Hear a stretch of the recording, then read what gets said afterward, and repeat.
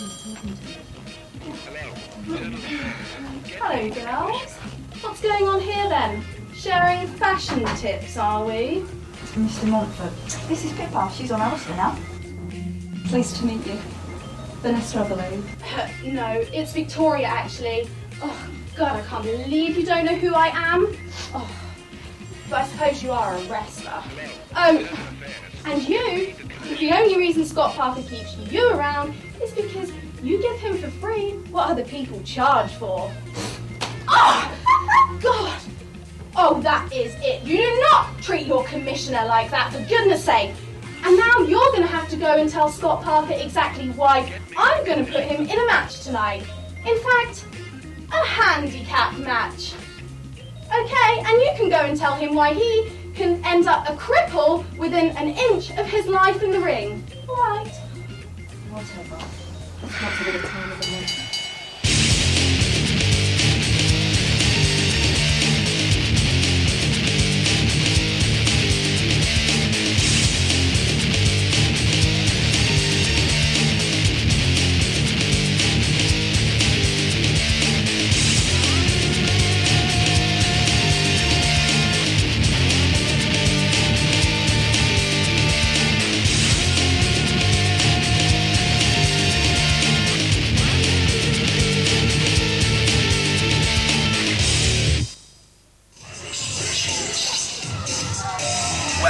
To FWA TV. I'm Mark Priest and I'll be your host for this week's 30 minutes of action. Currently in the ring we see the specialist Mark Sloan and James Tighe. They'll be taking on solid gold Scott Parker tonight in a handicap match. You saw before the credits just how that match came about. I can tell you one thing, Scott Parker's not happy. And why should he be? He's got to take on two men tonight. Earlier, we filmed Scott Parker in his dressing room with Angel and his friend Guy Thunder. Let's find out what went down moments ago. Scott, I really don't think you should do this match tonight. I really don't want you to. Yeah, Scott, I mean, your ribs have still got to be sore from the other week. Oh yeah, sure they're hurting. But I've got to go out here and do what I'm supposed to be doing. Got to take on these guys. You don't have to. You can tell them no. What are you doing tonight anyway? Well, instead of having the rematch I deserved against Doug Williams for the FWA title, I thought they'd change that, put me in a match with the specialist Mark Sloan. Except no, they put me in a match with the specialist Mark Sloan and James Tighe, 2-on-1, a handicap match. Where would she get the idea to do that to a man with broken ribs? I mean, what's going on? Well, it's probably because Angel slapped her earlier, isn't it? What? It's probably what? She was being really horrible to me, Scott. I mean, what was I meant to do? I'm sorry. Okay, well, I guess there's not a lot we can do about it now. I'm sure you'll win.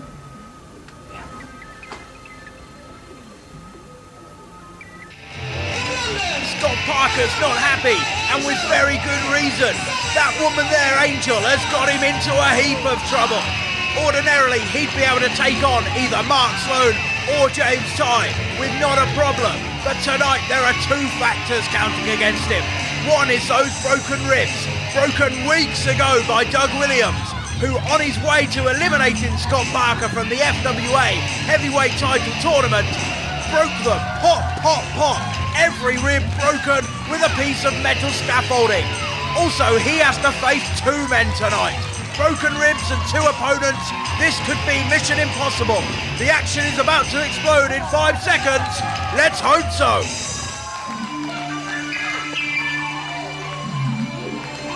Some pre-match words of encouragement there from Angel. Let's hope what she says has a great effect on... Oh, a sneaky attack by Mark Sloan. He really is a nasty piece of work. Look at him, encouraging James Tighe into his nasty games.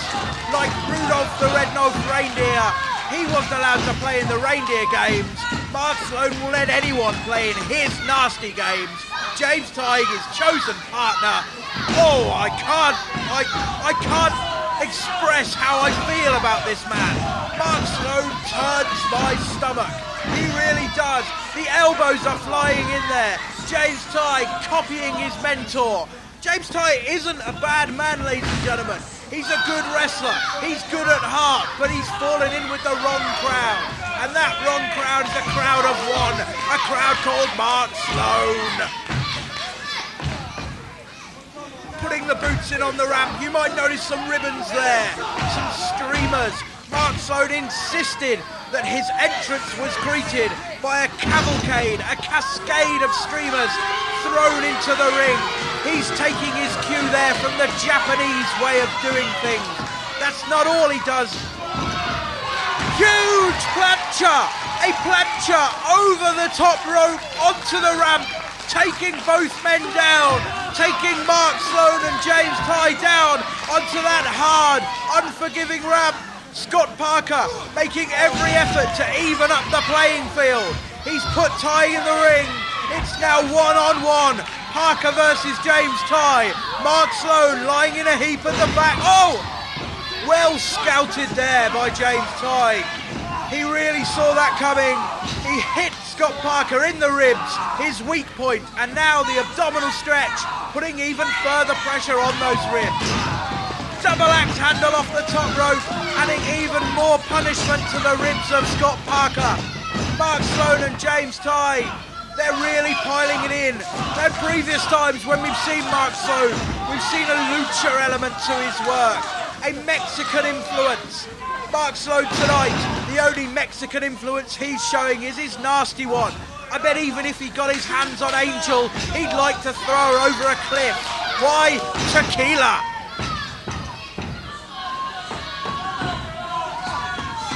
The evil Rudo team of Sloan and Tighe taking over now. How can Scott Parker take this kind of punishment?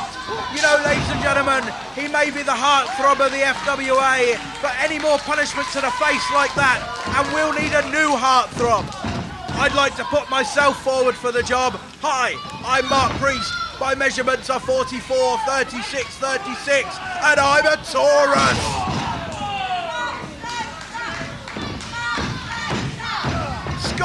Scott Parker there taking a punishment. People love to deal it to him. It's his face. There have even been rumours of people outside the FWA wanting a piece of Scott Parker. What's going on with that? He's a lovely man. Unlike Mark Sloan, he's the fly in the FWA suit. Waiter, there's a fly in my suit. What's he doing there? It looks like the front crawl, sir. But this is a breaststroke race. It's Mark Sloan. He's cheating again. Parker back on top. It's a comeback of sorts. Elbow into the sternum of James Tighe. Tighe to the outside. Sloan's already on the outside. Scott Parker is in the ring. This is my ring. Come get it. It is beautiful. I will defend it with my life. Like Angel. She may get me into all kinds of trouble, but I love her. She's my woman. This is my ring. Scott Parker loves rings and women.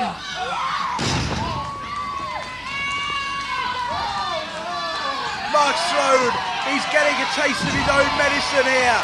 Scott Parker using the two men against each other.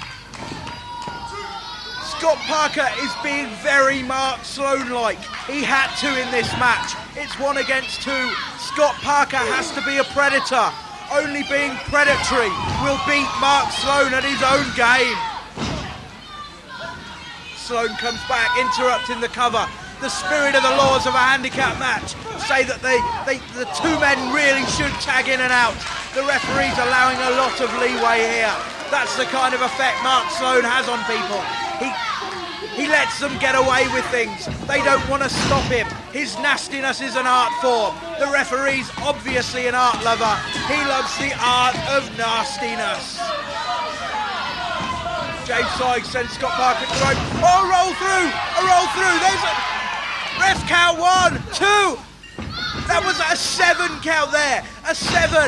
S-Club 7 count. That's what it was. Scott Parker could have won this match twice over, but the referee was distracted by Mark Sloan. It's not as if he's a handsome man, referee. Get a grip. Oh, they're setting him up there. I know what this is going to be. Scott Parker lying on the outside. Mark Sloan going off the rope. Especially Bob. Oh! Oh! Scott Parker rolled into the ring. Mark Sloan connected with Wood. Mark Sloan got Wood. That was a backdrop attempt.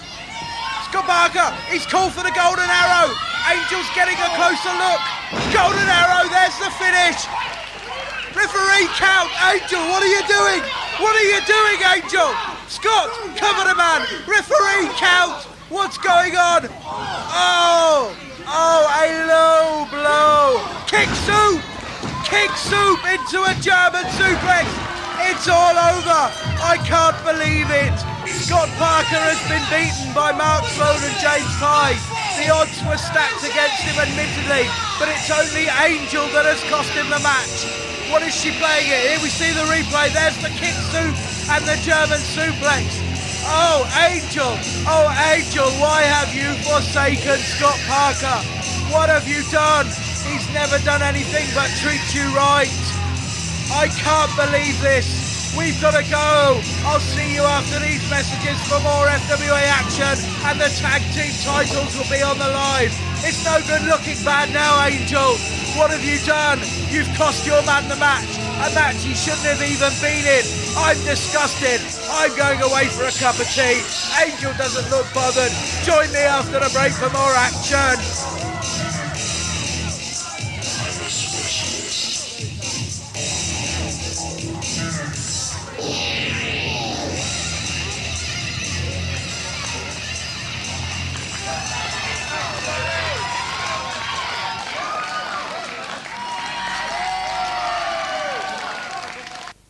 This is Mark Priest, and when I like to get down at my funky parties, I like to listen to the music on FWA The Music Volume 1, exclusively available at fwamusic.co.uk.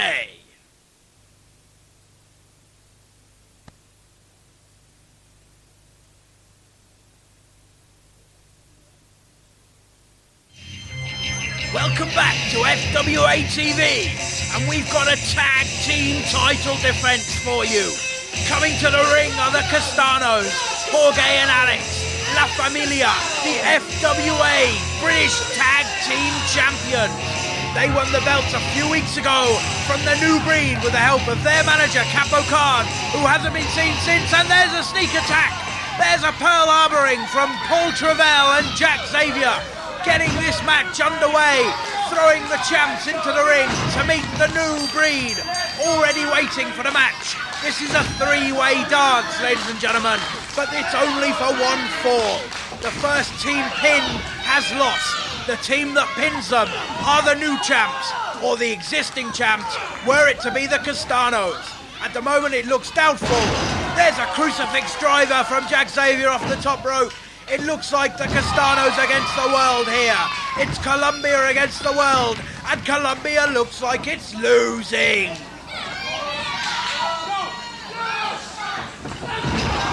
An elevated splash there. Alex Castano forced to splash his own partner as Paul Travell breaks up the count. It would have done him no good.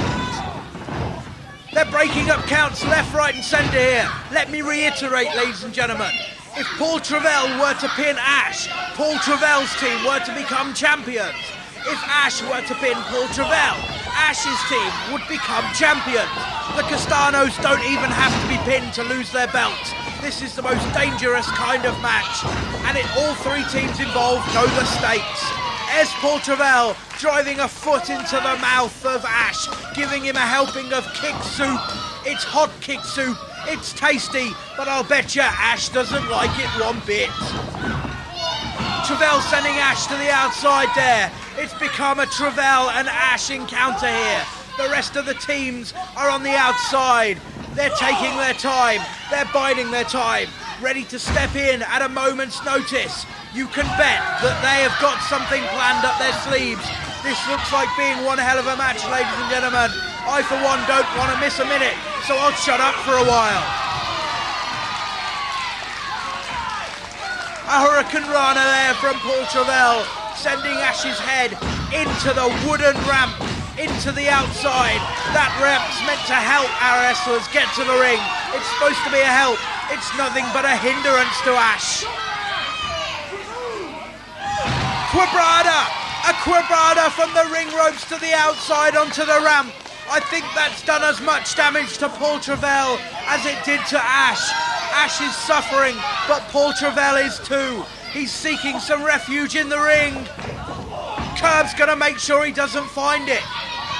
Curve slamming him into ring the hard way. It's still the New Breed on top of Paul Travell. The New Breed want their titles back. The titles cost them by Capo Khan, a missing man, believed to have been kidnapped by the Castanos.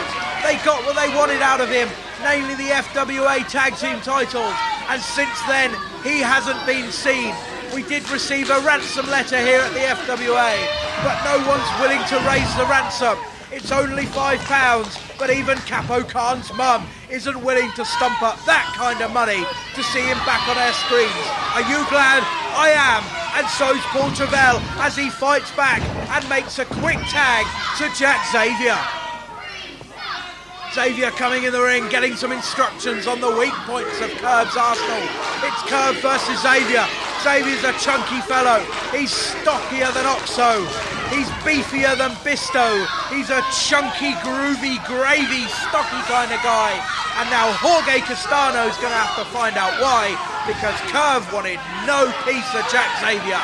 It's Jorge Castano, one half of the champions, against Jack Xavier, the fighter from Birmingham. Castano showing his superior wrestling ability there. Nice bit of chain wrestling, driving Xavier down to the mat. A disrespectful slap to the head. Castano has that Latin American flair, that lucha libre flair that seems to be even more evident in the wrestlers of the FWA. That Mexican influence, just like Japanese influence and European and American influences before it, finding its way into the FWA. We really are a global, a transnational, a transcultural, multicultural organisation. There's a neckbreaker from Jorge Castano. The FWA is all the good things in the world. Jorge Castano showing one example of it. A cover, 1, 2, a break by Curve there. Curve doesn't want to see Xavier pinned. It may not have been one of the New Breed under that full body press there, but it would have had the same effect. A title hold for the Castanos. The Castanos would have still been champions. They would have disappeared back to Colombia with the belts. Who knows when they would have come back? But it's not looking that way. A tornado DDT from Jack Xavier. Jack Xavier sending Jorge Castano to the mat. 2 count, a kick out by Castano. Xavier wants these titles bad. He wants to go back to Birmingham. This match never should have happened, ladies and gentlemen. 2 weeks ago, we saw Travell and Xavier against the Castanos. That should have been our title match, a straight-up tag match, but it was interrupted by the New Breed, just as they interrupt everything good about the FWA. Their so-called Breed TV interrupted my TV show. It cost me minutes of my stardom. It cost me minutes of you people at home hearing my wonderful lilting tones. A block to the Quebrada there. Jack Xavier's knees into the stomach of Alex Castano. Just like Breed TV, the chances of Alex Castano winning this match are now gone. They're gone. Breed TV's gone from the FWA, thank God. And Alex Castano's looking like an ex-champ. Jack Xavier looking to capitalise, driving that elbow. That was a unique move. I've not seen that before in the FWA or anywhere else. Trust Jack Xavier, the battler from Birmingham, to bring it to us. Alex Castano desperate. He tags out to Curve. He needs a breather on the outside, and it's Curve is going to give him it. Unwillingly, I'll doubt. Oh, I have no doubt, because he wants no piece of Jack Xavier. Jack Xavier leapfrogging over. Step kick. The X-step kick to Curve's head. Alex Castano buying him time on the outside. The referee preoccupied. Gives Curve time to come to his senses. Jack Xavier exhausted. He's been in that ring a long time. A long time. Here's Paul Travell. Paul Travell facing off against Ash, taking him down. Travell taking out his frustrations. As I was saying earlier, this should have been a straight tag match, but the New Breed interfered. They demanded that they should be involved in the tag team title scene in the FWA. Last week on this very television show, Victoria de Montfort agreed. She declared this should be a 3-way dance, a triple threat. The new breed were more than happy with that. The Castanos and Travell and Xavier less happy, but they're fighters, they're battlers, they're willing to give it a go, and this is what we've got tonight. Travell and Xavier, the Castanos, the new breed. It's a three-way dance. The winners will be FWA Tag Team Champions. Worthy champions, that's something we'll only find out as time goes by. Missed elbow off the second rope there by Paul Travell. He usually goes for a splash. That splash would have been it. It would have been all over. He varied his arsenal. He's an entertainer to be sure, but has he stuffed up his chances of becoming tag team champion? There's a kick to the face. Ash with a butt bump. A butt bump. The whoopee cushion as Doink called it. Such an effective move that Paul Travell was able to reverse it. That's what you get, Ash, if you steal move from clowns. We've got that was a sharpshooter there. A sharpshooter on Ash. Jorge Castano breaking up the submission move. Curve coming in. There was no tag there. The referee's letting it go. The referee, more than anything, seems to be a fan of great wrestling tonight. He allowed some leeway in the first match between Mark Sloan and James Tighe and Scott Parker, and he's allowing some leeway now. PT-bone suplex! A PT-bone suplex! Surely that's it! Can Paul Travell make the cover? Here we see it again. Huge PT-bone suplex! A beefy suplex there from Paul Travell. Can he capitalise on it? I don't think he can. It's been too long now. He's allowed Curve too much time to recover, allowed him to get to a neutral corner. He drives the elbow in, but it's sent him out of the ring. Ladies and gentlemen, you've got to make quick covers. It's got to be a 1, 2, 3. The pace of this match, it's a fast match. It's a furious match. You've got to make quick covers, quick tags. There was a quick tag there to Jack Xavier, but the momentum's lost. The momentum has gone. It's all new breed now. The new breed are on top. There's Jack Xavier being delivered in front of Curve there as Ash takes care of the Castanos. A rolling splash, a rolling senton combined with a leg drop. 1, 2, no. Jack Xavier is kicked out. The more I see this fella, I like him, but I don't like to see that. A chair and the new breed in the ring can only mean one thing: the linchpin. And it surely is a hefty move. It's gone wrong. It's gone wrong. Ash drove the chair into the face of his own partner. Jack Xavier moved out of the way. Jack Xavier is great. Former fan club. Sign me up. I want to be the first member. Curve is out of it. Curve is down. He's there on the ground. Ash is fighting on instinct alone. The Castanos, like sharks, they're waiting for blood. They're on the outside. You know they're waiting to take advantage of whatever weakness. Ash, as his instincts have led him to send Paul Travell down to the mat. Jack Xavier's outside. As great as he may be, he's a spent force. Curve is down. Curve's exhausted. But Curve, was he playing possum? You never know with these new breed fellas. What's this? It's an innovative move for sure. Oh, I don't even have a name for that. Surely that's it. But no, here come the Castanos. 1, 2, 3. I told you they were waiting for weakness. I told you they were waiting for a sign of blood. There was the blood. It's the Castanos. They're still champions. They'll take those belts back to Colombia. Who knows what they'll do with them there? I don't like to think about it. Travell and Xavier have lost. The new breed have lost. The Castanos are still champions, and I'm out of breath. This has been an exciting match. There's Jack Xavier, he's great. There's Paul Travell, he's wonderful. But one thing they're not is champions. That accolade belongs to one team alone. It's La Familia. It's the Castano brothers. The new breed are out of title chances, surely. It's the Castanos, the champions. We gotta go. I'll see you next week.